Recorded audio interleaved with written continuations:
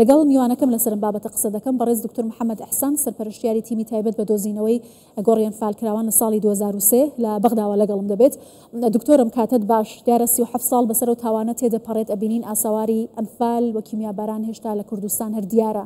بۆچی حکوومەتی عێراق بەرپرسیارەتی ئەم تاوانانە و ئەستۆ ناگرێت و قەرەبووی قوربانیانی ئەنفال ناکاتەوە؟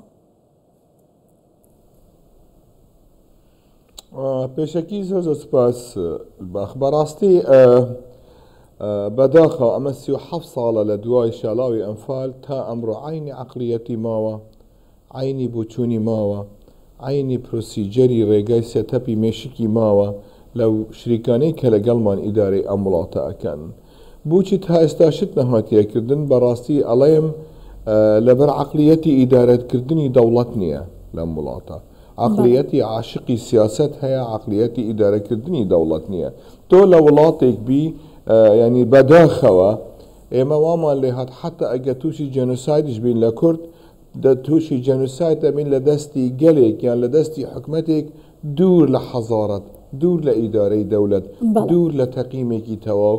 ئەم 37 ساڵا وای کردیتەوە تا ئەمڕۆ ینی بەڕاستی ڕۆژ بە ڕۆژ زیاتر هەست بە زوڵم و زۆری بکەی لێبەر ئەو زوڵمە زۆریەی جاران لەسەر تو جارێکی تر ئەگەش دەوری هەبێت دووبارە ئەبێت، جارێکی تریش ئەگە دەرفەتیان هەبێت ڕۆبعی قووەتی سەدام حوسێنیان هەبێت بەداخەوە جارێکی تریش خەرکێکی تر هەستێداد بکات. پێویستە ئێمە چ بکەین؟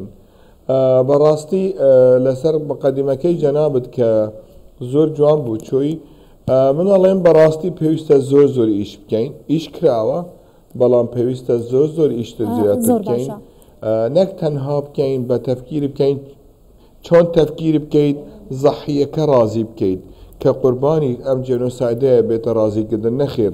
لا پێویستە ئەوە شتێکی زۆر زۆر گرنگە، شتە گرنگەکەی ئەوەیە ئەم ملەتە بپارێزیت بە عەقلیەتێکی وا دووبارە نەبێت شاڵاوێکی وە یان جەریمەیەکی وە یان تاوانێکی وە. دکتۆر دیارە کە بەڕێز سەرپەرشتیاری تیمی تایبەت بە دۆزینەوەی گۆڕی ئەنفالکراوان بووی لە ساڵی 2023 ئەوەی کە باسی لێوە دەکرێت ژمارەی گۆڕە بە کۆمەڵەکان هەر ئەوەندە گۆڕ بوون، ئامارەکان لای ئێوە چۆنن، چەندی ماوە، بۆچی تا ئێستا کار نەکراوە بۆ گەڕانەوەی ڕووفاتەکان کە حکوومەت هێرم زۆر جەخت لەمە دەکاتەوە بەڵام حکوومەتی عێراق وەکو پێویست هاوکار نییە؟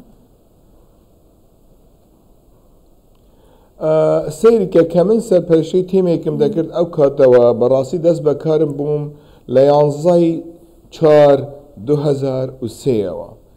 ئەو تیمەی ئەو سێرچەی کە کردومانە ئەو کاتە لەسەر گۆرە بە کۆمەڵەکانی کوردستان هەمویان پێکەوە تقریبان 274 سایتمان دەستنیشان کردیە. ئەو 274 سایتە لە هەموو عێراق دەگرێتەوە بە تایبەت لە محافەزەکانی جنوبەوە، لە سەماوەیە، لە بەسڕایە، لە ناسریە، لە دیوانیە بوو.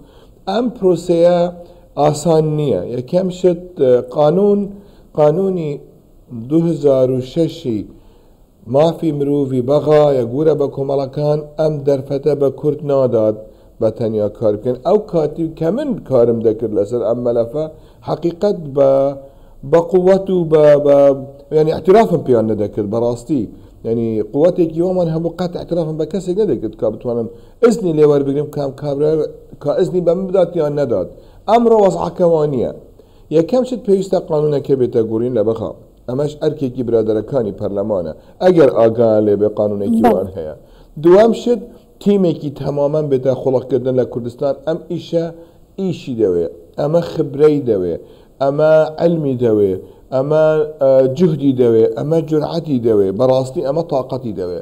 ئەم کارە پێویستە منەڵێم تا ئەمڕۆ کوردستان تا حدێک ئێمە کەم خەمین لە دوای ئەوە نەمانتوانیە تیمێکی وا دروستکەین یان نێیان کردێ برادران ئەوانەی لە وەزارەتی شەهیدان تا ئەمڕۆ ئەن ئەوانەی لەبەر عقلیەتەکە عقلیەتێکی پرۆفێشنەڵ نییە تەعاملکردن لەگەل مەلەفی گورە بە کۆمەڵ.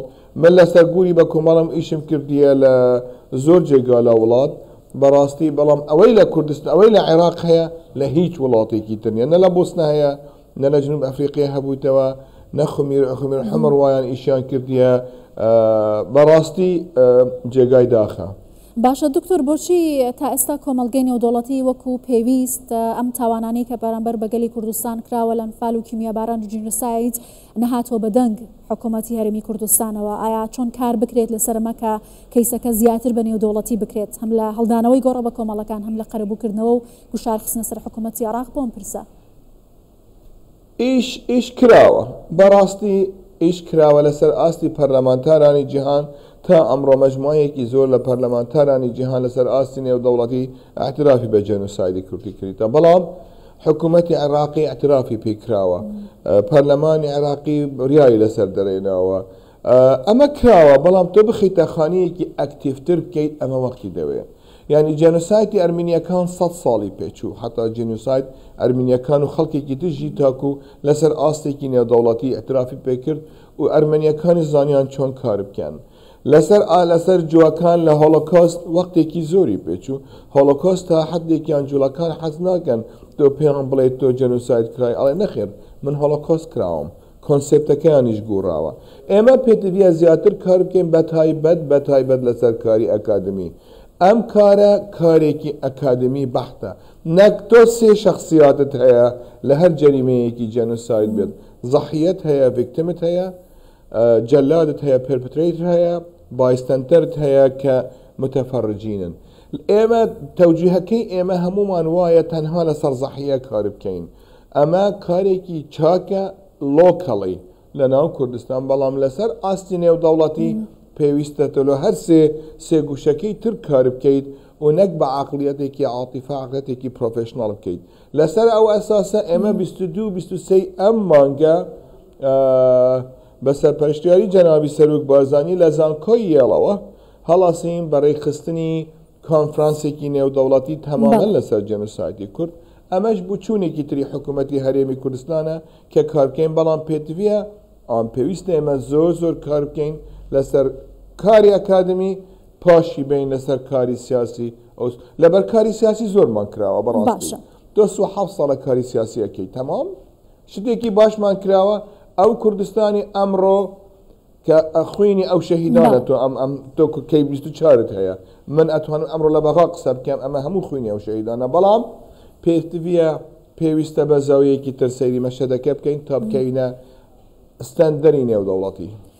زۆر باشە دکتۆر، ئاماژەتان بە ڕێکخستنی ناوەندێکی ئەکادمی کریا، کاری ئەکادمی کرد لەسرم پرسە. ئەگەر گوشاری سیاسی و بەرپرسیارکردنی حکوومەتی عێراق و بە بیرهێنانەوەی ئەم کارە ساتانە نتوانێت لە ئەو حکوومەتە پابند بکات بە جێبەجێکردنی ئەرکەکانی، لایەنی ئەکادمی چۆن نتوانێت ئەم فشارە دروست بکات؟ یاڵمەی کە بەڕێزت باسی دەکەی لە ئاستی دەرەوەدا چۆن نتوانێت کاریگەری لەسەر زیاتر بە جیهانی توازانی چۆنە؟ گولباخ تۆ خۆت ئێستا من بڕۆم، ئێستا من و تۆ بڕۆین لە ئاستێکی نێودەوڵەتی بڕۆین بە خەڵکێک بڵێن کاکە تۆ وەرە حکوومەتی عێراقی وا لەگەڵمەکە کەم خەمە ئیشەکەی خۆی جێبەجێ ناکە. بەڕاستی نسبەی ئیجتیماعی کە خەڵکەکە گوێی لێ بگرێت یان ئەوەی کە بتوانێت زخت لە عێراق بکرێت ئیقبالەکەی لەو ئەم ئیشە کەمە. بەڵام ئەگەر بین لە زانکۆیەکی باشتر 5 بەحسێکی باش نەشرکەی لە 20 ئەمەجلەی ئەکادمی، ئەم بابەتە ئەکادمیان نەکوی ئەلامیان، ئەم باتە بێتە توێژەکردن و بەحسێکی تەماوی، ئەمە صاحب بریاری سیاسی ئەتوانێت زیاتر تەسیری پێ بکات لە قسەی سیاستمەدارێکی وماکی من یان وەکی وەزیری شەهیدان یان تەنەڵێکی ئەلامیۆکی. ئەمە کاری دەوێ پێتویە نەفەسێکی درێژمان هەبێ، پلانێکی درێژمان هەبێ، نەک هەر کەسێک بۆ خۆی کار بکات.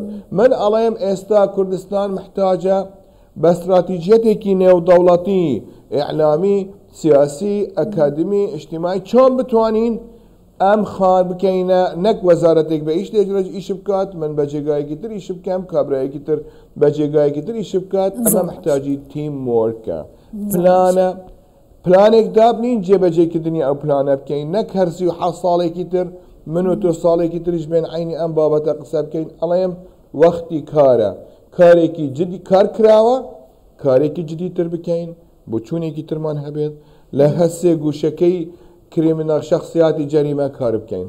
زۆر باشە. بەڕێز دکتۆر محەممەد ئیحسان سەرپەرشتیاری تیمی تایبەت بە دۆزینەوەی گۆڕیان فالکراوان لە ساڵی 2003 سپاس لە بەغداوە لەگەڵمان بووی.